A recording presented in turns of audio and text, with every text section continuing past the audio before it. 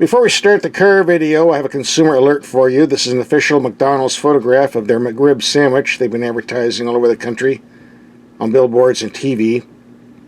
And the photograph looks so good. Nice thick piece of juicy meat, pickles, onions. So thick, the top of the bun can't even be closed. Well, that's what you see in the ad. Let me show you what we get in person. Here it is, a super thin piece of mystery meat covered in some type of brown goo sauce, wilted onions, and this is what you're paying your $4 for, guys. Yeah. Compare that picture to their picture. Now I realize the real food never matches the advertising, but this is just way over the top. I mean, come on. So I'm going to wrap this turd on a bun in some foil, and the first trick-or-treater comes to my door, I'm going to dump this in their bag and keep the candy for myself. We're at our garage and test facility. Let's see what we're rolling out this time. The redesigned 2019 Hyundai Tucson SUV, it looks like.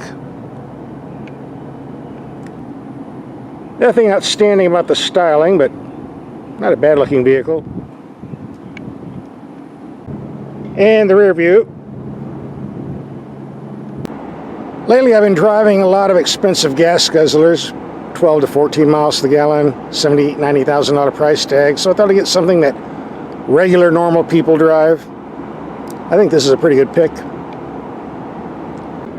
The base price starts around $23,000. I'm told they can max out around $35,000. This was a top-of-the-line Ultimate. Here's all the standard equipment. I'll just scroll down.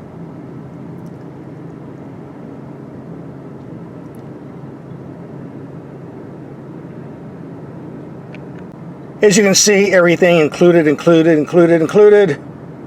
No extra charge.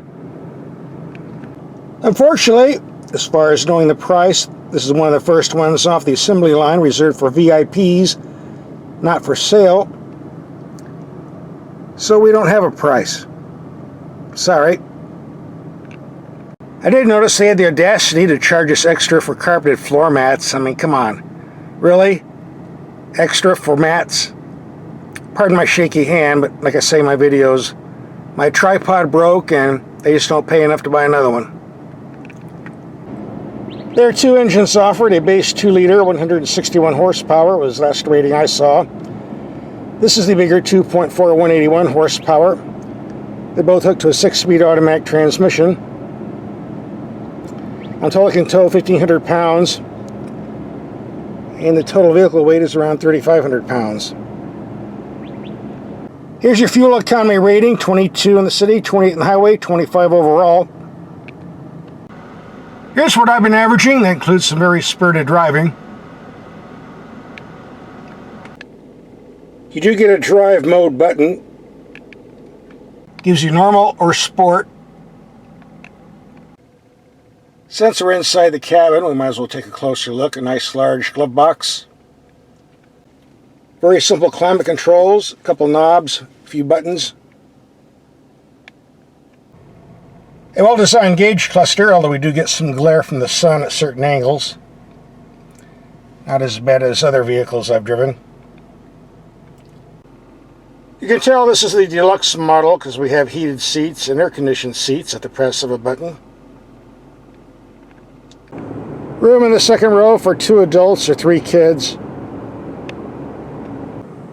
The quality of materials and workmanship, pretty good.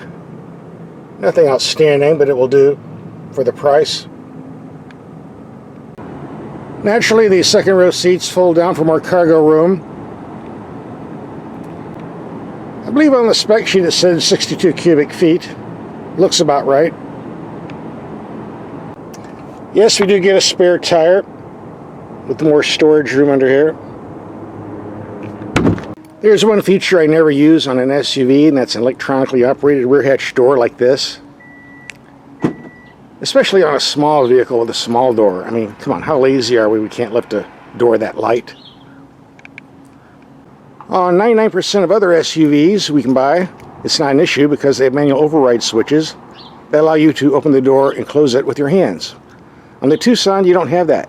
It's electronic operation only, something I've never seen before. In fact, it tells you in the owner's manual not to open this manually. You might damage the door. It also tells you don't open the door electronically more than 5 times in a row, or you can also damage the door. If I'm out camping, I might go through a hatch door 20, 30 times a night. I don't want to do it electronically and run the battery down. I think Hyundai kind of dropped the ball on this system. I don't know what they were thinking. Of course, this is just something that bothers me. It might not bother you, but if I was buying a Tucson, I'd get the basic model without this electronic rear door myself. Just for me, maybe not you. It's hard to see in there, but I'm counting 5 bulbs in these headlight systems on each side. Let's just take them out in the dark and see what they do. We'll cut to the chase. It's dark enough. We'll take these headlights out, see what they do. Look pretty bright to me. 5 bulbs.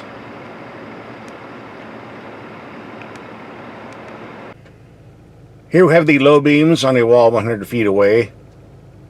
Adequate enough. Go to the high beam. Not the brightest I've seen, but again, decent enough. Here we have the high beam on a building 300 feet away.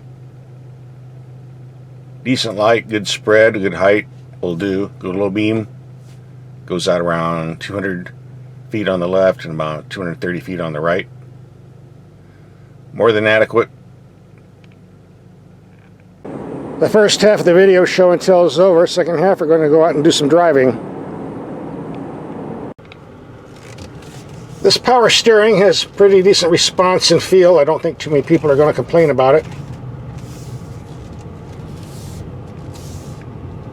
I wish manufacturers would stop putting these plastic covers over instrument panels. All it does is collect the sun's glare. You think somebody would get the hint? Obviously they're not. Very annoying if you live in a sunny climate. As we do in all my videos, we're going to take some mild speed bumps around 20 miles per hour to see how the suspension reacts on impact. That was number 1. A bit of bouncing around, but quite enough. Number 2. Pretty smooth for a small vehicle. Number 3. And the nasty one coming here. I felt it, but not too bad. Overall, I would say a very comfortable suspension setup. Even though it's not a sports car, we'll take it on the turning circle.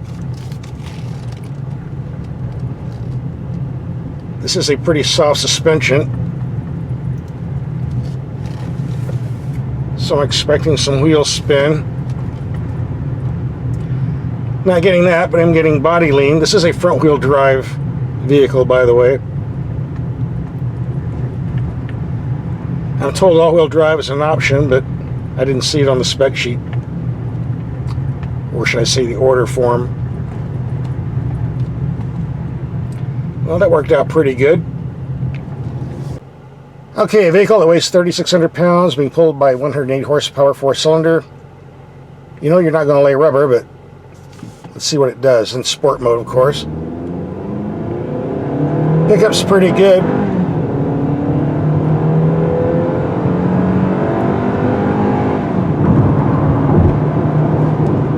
I'd say more than adequate. Got a nice brake feel too. We're going to take this on a highway trip, see if we can boost up the fuel economy figures. I see I have a Ram 3500 dually pickup truck in front of me.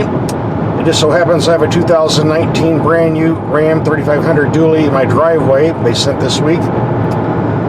We did a video on that. We'll be posting it in a couple days, so subscribe and you can watch it. Or subscribe anyway.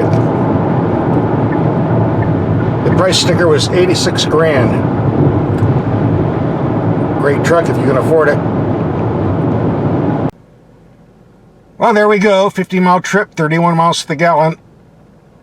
A lot better than before. We're going to take this out and see how it does for wheeling, but first I got to stop by the ranch house and pick up some supplies. I got to get that roof fixed one of these days. What are you doing in the middle of the road, you dummy? Get out of here. The Tucson has enough ground clearance to go off-roading, but keep in mind this is basically a car, so you don't want to do anything very harsh. Light duty use only, recreational. One advantage of the Tucson is its narrow width, allowing you to squeeze into tight spaces, something you can't do with larger SUVs and trucks. Well, I'm done with ranch patrol and I'm done with this test, so let's wrap everything up. So what's my take on this vehicle after 1 week of driving? Look, it's a nice entry-level SUV. If I could pick one up for around 25, 26 grand after discounts, I might go for it. On the other hand, the $34,000, $35,000 price tags I've been hearing about, no, I don't think I'd go that high. But it is a decent, well-designed vehicle with an excellent warranty, so if this is the class of SUV you're looking for, give it a test drive and see what you think. Here are some video links of other compact SUVs we've driven. Just click and watch.